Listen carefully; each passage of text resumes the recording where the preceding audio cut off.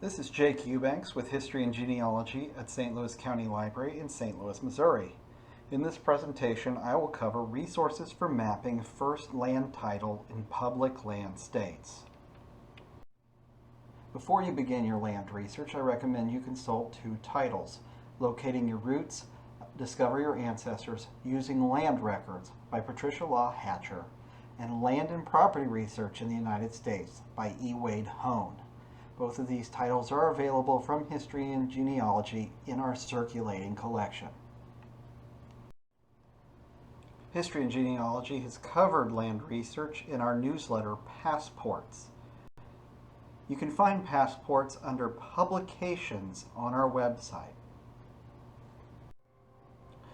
The process of land title in the colonial U.S. was complex. There were three models used, including the New England colonial and proprietary models. These models resulted in land surveys that looked like the warrant map seen at your right. The fourth model was the federal land system, which we will talk about today. The Federal Land Survey System was established by the Land Ordinance of 1785. This ordinance was tied to the Ohio Company's purchase of land west of the Ohio River. The Ohio Company surveyed this land using a 5-mile grid, which is the first instance in the United States of the use of a rectangular survey system.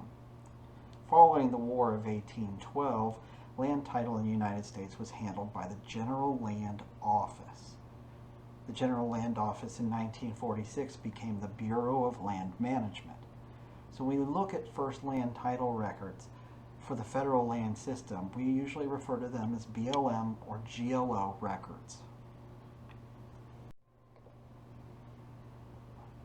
The federal land system uses a rectangular survey, that is, a survey drawn on sections, townships, and ranges. There are 36 sections in a township, and a township is 6 square miles. The exception being the original Ohio Company survey, which used a 5 square mile. Township and range surveys are based off of principal meridians and baselines. Here we see the United States with all of the principal meridians and baselines which were used for the survey system. If we blow it up, we can see the Kansas-Nebraska territory as it was divided up on its baseline, which became the state border between Kansas and Nebraska, and the meridian.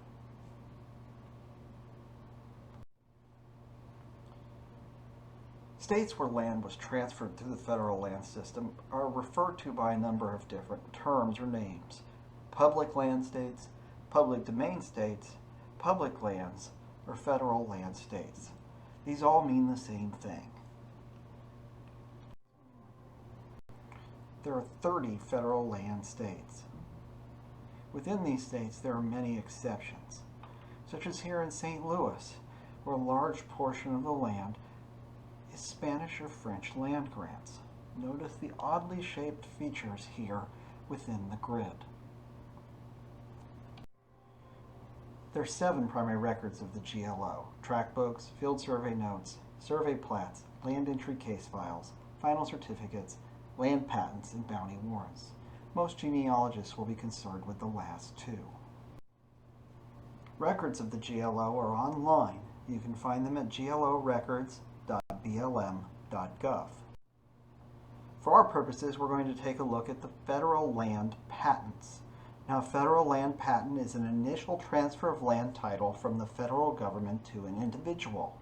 A patentee is the original landowner who purchased the land from the government. The Bureau of Land Management's GLO website is searchable by state and county and by the name of the individual. A search here for McGinley in Indiana brings up a William McGinley who purchased his land in 1837 in Kosciuszko County, Indiana. Township 32N, Range 6E, Section number 22. The index page for this patent shows us William McGinley and his purchase at LaPorte County, Indiana. We can search for the patent image and find the original patent. And these patents are an amazing record because they provide us with a lot of genealogical information. Here we can find the name of the individual and where they came from. Where they came from is not always where they're purchasing property, such as in this instance when he came from Wayne County, Ohio, but he's purchasing land in Kosciuszko County, Indiana. We know that we need to search for him on the census in Wayne County. This shows us where he purchased his land title from, land office in LaPorte County, and it provides us with a description of the property. In addition, these records provide us with the date of purchase. The land patent search on the BLM website includes military bounty warrants. Bounty warrants were a means of enticement for individuals to serve during military conflicts. Federal lands were distributed to soldiers for their service during the Revolutionary War, War of 1812, the Mexican War, and various Indian conflicts occurring from 1790 to 1860. Soldiers didn't always occupy the lands they received for their warrants. Sometimes those lands were surrendered to patentees. Military bounty warrants contain a bunch of useful information for the genealogist. In this example, Henry S. Crumrine, a sergeant in Captain Bradley's company, 1st Regiment Ohio Volunteers, received property. This property was received based on an act of Congress approved February 11, 1847. This means he served during the Mexican War. Now, if we were to research Captain Bradley's company, 1st Regiment Ohio Volunteers, we would find that Henry Crumrine enlisted in Cincinnati, Ohio.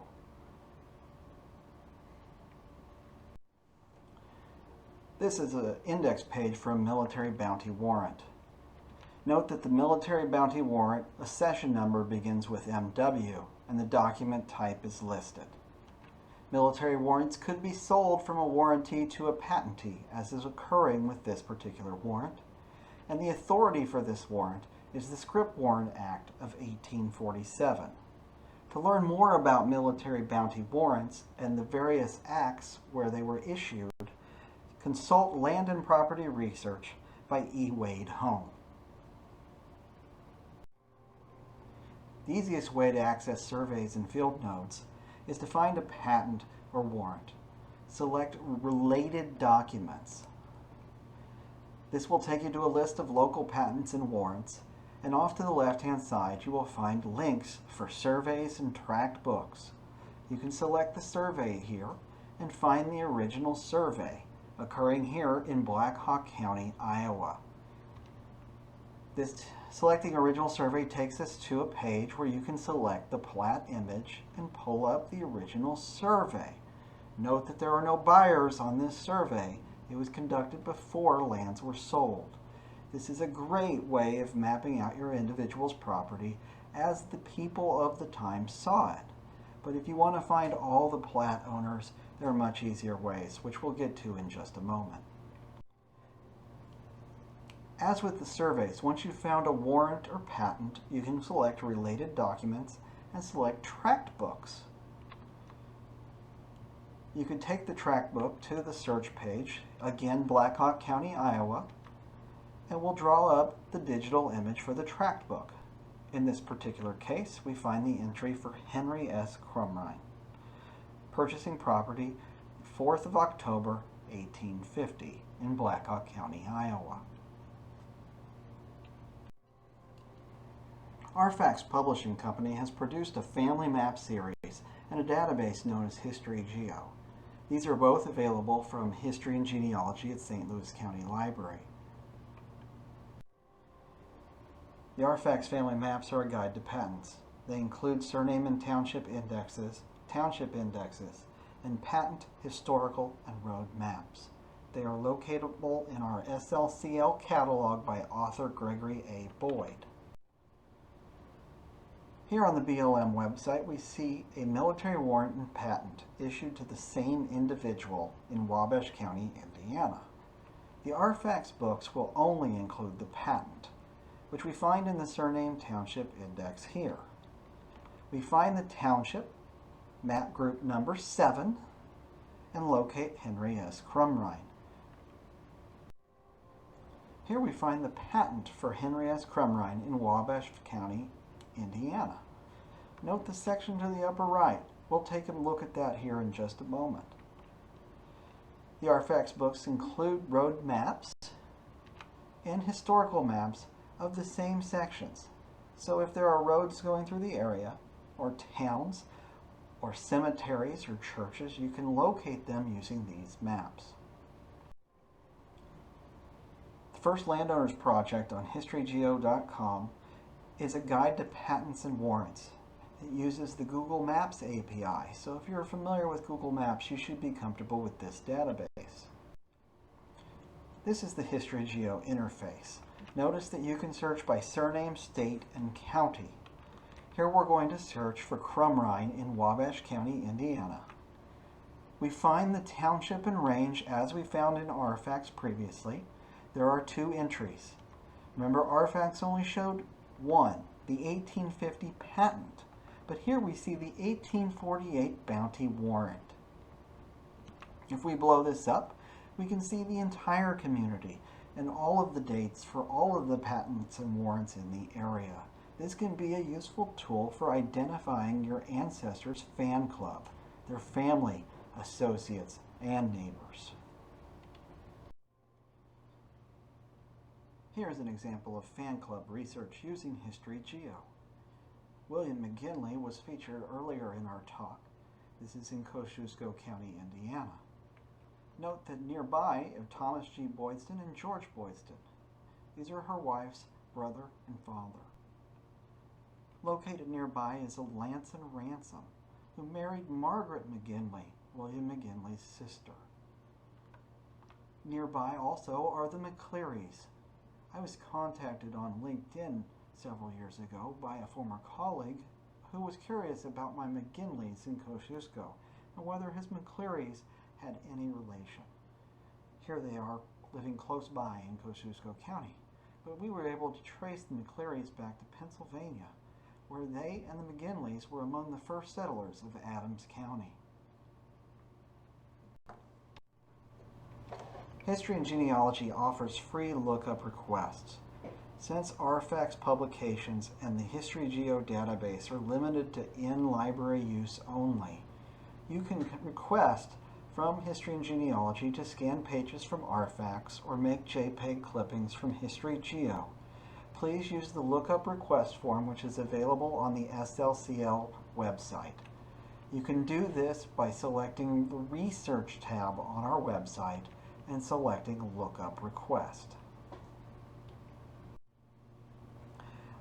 I hope you found this information in the video useful. Please contact History and Genealogy at St. Louis County Library with your questions and comments. We would love to hear from you.